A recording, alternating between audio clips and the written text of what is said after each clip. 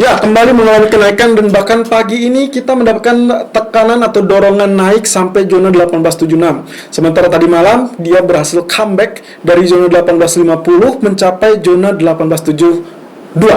Dan itu berarti menggagalkan pola bearish engulfing yang sebelumnya sempat terjadi di hari Selasa. Dan kembali lagi, geopolitik yang menyeruak dan akhirnya mendorong market untuk bersikap waspada atau mungkin lebih tepatnya khawatir. Dan akhirnya emas dituju sebagai safe haven. Oke, ini berarti menandakan apa yang sempat kita sampaikan, waspada sampai tanggal 19 Februari itu adalah benar adanya. Dan terlebih informasi yang saya dapatkan lagi adalah kemungkinan potensinya kita harus tetap waspada sampai akhir Februari terkait dengan geopolitik. Wah, apapun itu, saya sarankan risk management atau stop loss sebaiknya tetap digunakan. Apapun alasannya, karena kemungkinan kita tidak bisa membaca situasi yang tepat. Kita tidak bisa memprediksikan kapan Rusia betul-betul akan menyerang.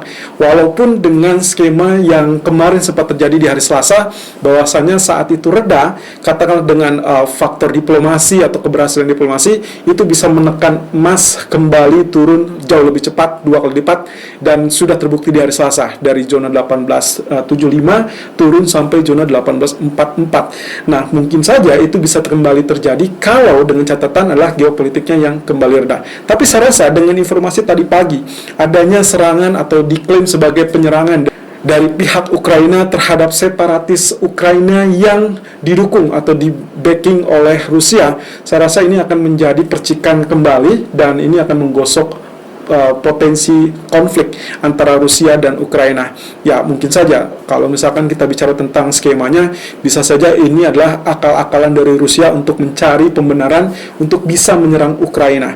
Wah, apapun itu, lagi-lagi kami ingatkan risk management. Oke, sekarang kita langsung ke kondisi grafik, karena praktis kalau kita perhatikan dari hari Senin, kita sempat melihat adanya indikasi pernyataan hawkish yang harusnya direspon oleh market dengan penurunan terhadap emas. Lalu kemudian tadi malam pun dengan retail sales yang cukup positif harusnya juga menekan emas, tapi ternyata diabaikan market karena faktor geopolitik. Sehingga kemungkinan kita harus waspada dengan area-area teknikal. Kabar terbaru lagi terkait dengan kesepakatan antara Amerika dan Iran. Ini kemungkinan katanya dikabarkan akan segera mencapai kesepakatan, dan itu berarti oil itu akan mengalami penurunan. Tapi tadi malam penurunan tersebut sudah terjadi dan kali ini terdorong lagi oleh faktor geopolitik. Jadi range-nya cukup lebar, harap berhati-hati. Oleh karenanya kita akan lihat lagi apakah teritori ini masih layak untuk kita follow atau tidak. Yang jelas, tren secara keseluruhan saya tetap ingatkan kepada Anda, fundamentalnya masih tetap mendukung untuk bullish crude oil. Jadi, kalaupun misalkan katakanlah kesepakatan dari Iran dan AS itu memang betul terjadi, ya menurut Menteri Luar Negeri Prancis baru akan terjadi minggu depan, maka kemungkinan potensinya kita masih akan lihat kenaikan lebih dulu, walaupun nantinya bisa saja juga sama dengan pola yang terjadi di emas, di mana saat terjadinya geopolitik yang rendah, maka pola penurunannya akan jauh lebih cepat. Nah, terakhir indeks saham tentunya akan sangat sensitif terkait dengan geopolitik. Jadi kita sudah sempat lihat dorongan naik, lalu kemudian dia mulai penurunan, dan sekarang Nasdaq pun kita berhadapan dengan potensi dari double top. Kita lihat technical view 17 Februari 2022. Irfan untuk Agrodana. Technical Outlook 17 Februari 2022 jam 12:20 waktu Indonesia Barat. Kita beralih kepada US Treasury Yield terlebih dulu, karena tadi pagi baru saja kita mendapatkan kabar terkait dengan penyerangan, dan itu dikabarkan oleh media Rusia. Walaupun sepihak, tapi ya ternyata berdampak yang cukup signifikan terhadap market ya. Anda bisa perhatikan di sini, Treasury Yield tiba-tiba mengalami penurunan tekanan. Ya, walaupun misalkan tadi malam pun sebetulnya kalau kita lihat dia sempat turun juga ya, tapi dia sempat spike, kemudian dia kembali naik dan tertahan di zona resisten. Oke, untuk satu hal, bahwasanya mungkin kita tidak melihat sebagai elite wave kembali, karena mungkin ini dianggapnya sudah selesai, atau bisa saja wave kelimanya sudah selesai, kemudian kita sedang berada di wave A ya. Tapi untuk sementara waktu, kita akan lihatnya ini sebagai zona double top. Yes, ini double top, berarti kita tandai saja dengan zonasi seperti demikian. Kemudian bagian neckline itu akan berada di teritori ini.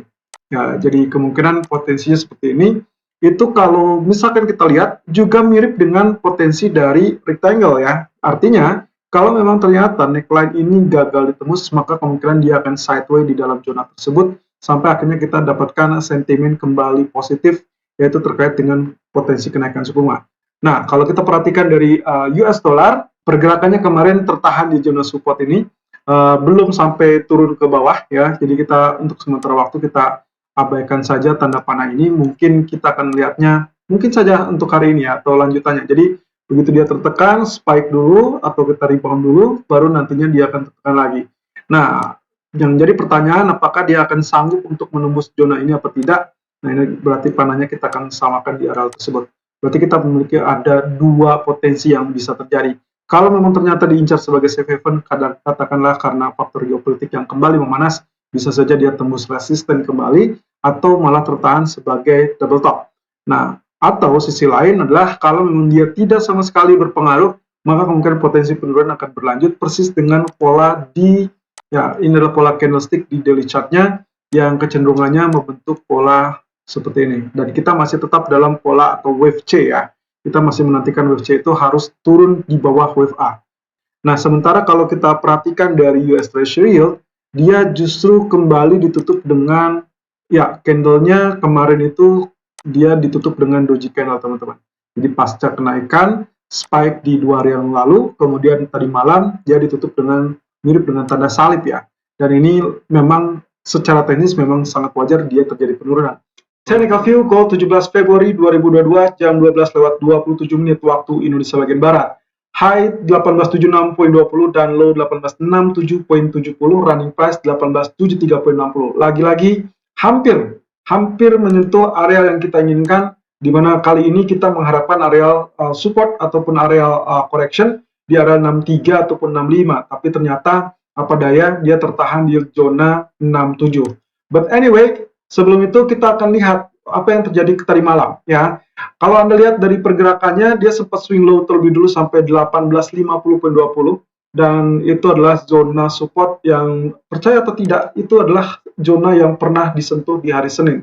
Ya, 14 Februari dengan zona tail sampai 1850, kemudian dia tertarik lagi atau terdorong lagi untuk kenaikan sampai 1874.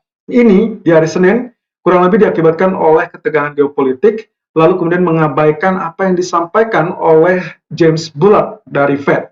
Dan itu juga terjadi tadi malam. Begitu data retail sales yang cukup bagus, positif, seharusnya mendorong US dollar dan juga Treasury yield mengalami kenaikan, justru berbalik. Setelah kita mendapatkan pola tekanan atau penurunan sampai 1850, lalu kemudian dia berhasil rally bahkan sampai ke zona 1872.40 dan ditutup 1869. Yang artinya kembali pola bearish engulfing sebelumnya digagalkan oleh pola kenaikan. Nah, pagi ini ternyata dia berhasil naik dan juga sekarang kita masih tetap berkutat di zona resisten. Nah, tentunya Anda masih ingat zona resisten yang kita tandai di zona ini berada di kisaran 1850 sampai 1868 atau lebih tepatnya saya meng-highlight di kisaran 65 sampai 72.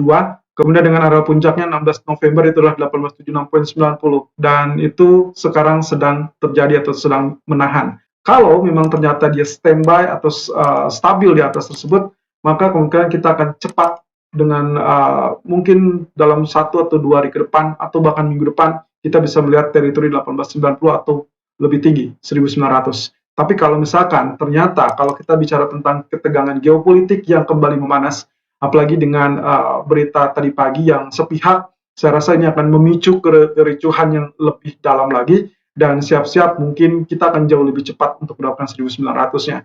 Kalau misalkan perhatikan dari grafik yang sempat kami share tadi pagi teman-teman, saya menarik areal garis, jadi ini adalah resisten dari triangle.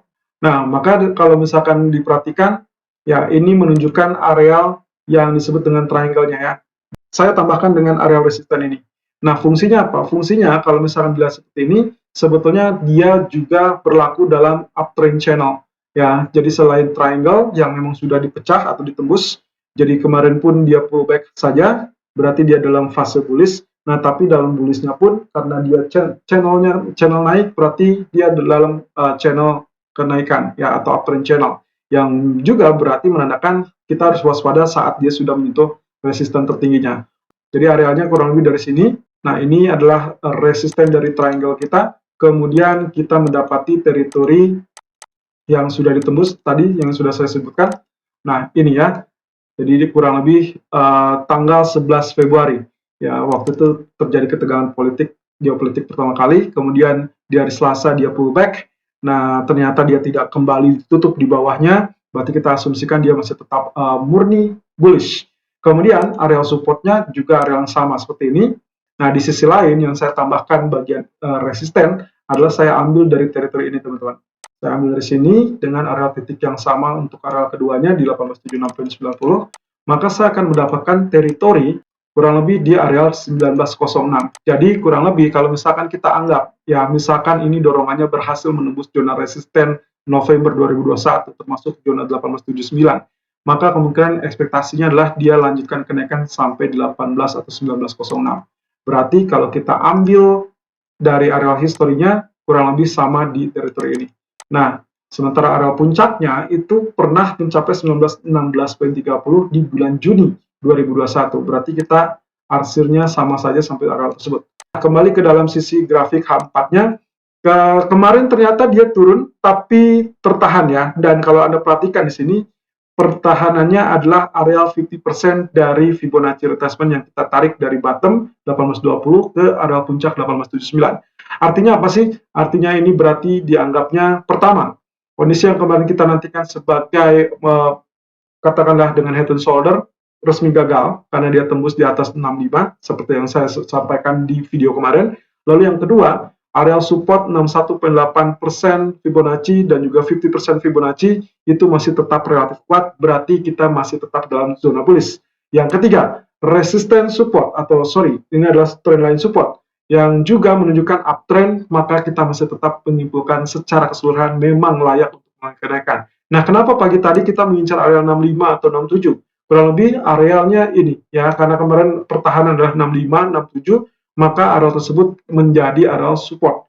Ya, walaupun sebetulnya kita menginginkannya di 63 ataupun 65 ya, karena kita mengantisipasi supaya minimal 38,2% ya di area 1857. Jadi sebetulnya idealnya teman-teman bisa melakukan buy di zona 1857, 1862. Tapi saya ambil zona yang tengah-tengah di kisaran 63 sampai 65. Sayangnya sampai sekarang bertahan di 67. Well, sebetulnya kalau misalkan kita anggap kondisi dari geopolitiknya masih tetap membebani, maka data ekonomi nanti malam kecenderungannya hanya memberikan efek tekanan sekilat atau sekejap, kemudian dia akan terjadi kenaikan. Ini berdasarkan apa yang terjadi di tanggal 15 dan juga kemarin ya. Anda perhatikan di sini, begitu dia sempat mengalami penurunan sampai 1844.40, dia berhasil rebound, lalu kemudian sideways, dan kemarin dia sempat menguji lagi 1850, ternyata boosting langsung ke atas. Jadi ekspektasinya, kalaupun nanti data ekonomi cenderung bagus di malam hari, maka kita harapkan dia tertahan maksimum di 1857,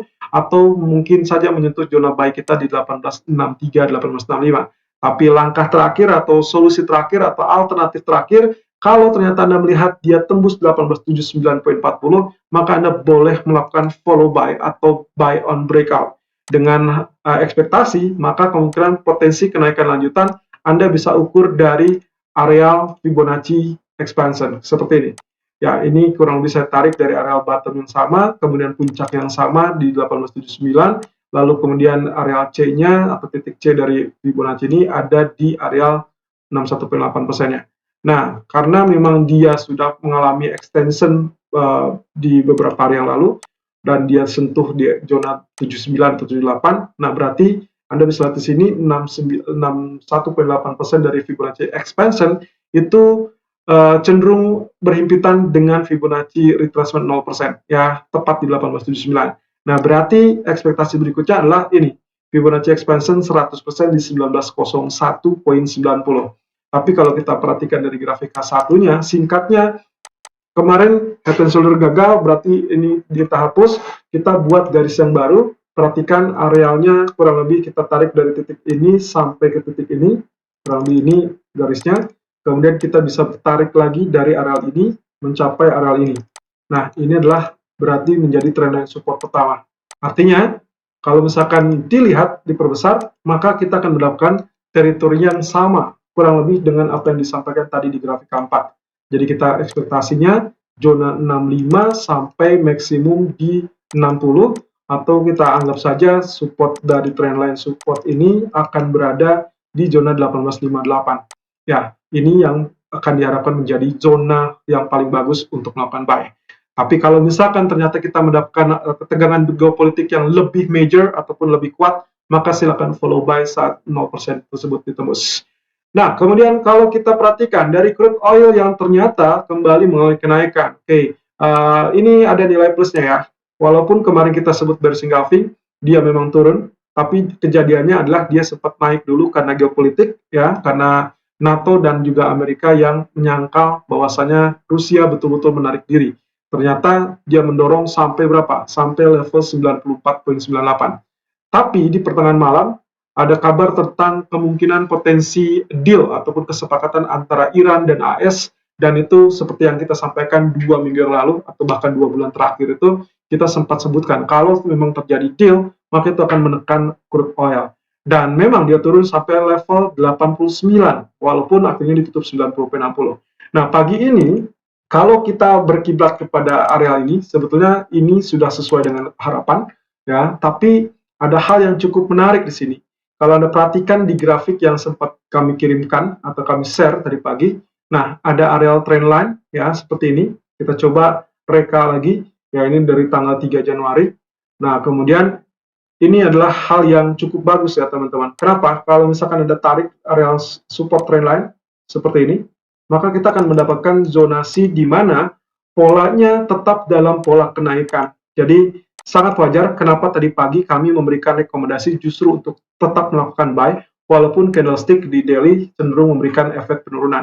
Apalagi ternyata memang benar, setelah sentuh sedikit lalu kemudian dia naik. Karena sampai saat ini level terendah masih tetap bertahan 90,58 dan dia sudah naik sampai level 93. Ya, betul sekali. Jadi kalau misalkan diperhatikan, teritorinya sudah bagus 90,60, 90,80, kita langsung dapatkan kenaikan, tapi hati-hati 93.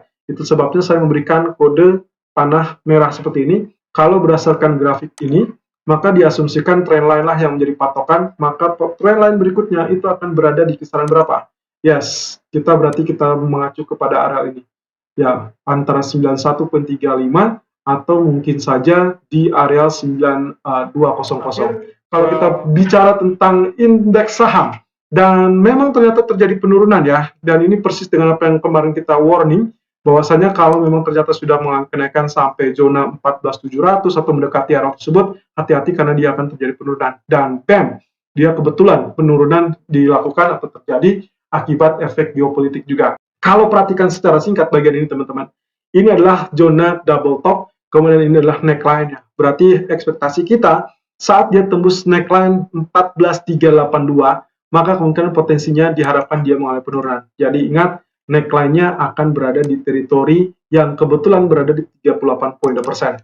Well, tentunya targetnya kemana? Targetnya akan sama dengan teritori yang ada, atau maka kemungkinan potensi targetnya akan berada di teritori 14.200. So, selalu gunakan stop loss dan risk management sesuai dengan equity dan strategi trading Anda. Irfan untuk Agrodana.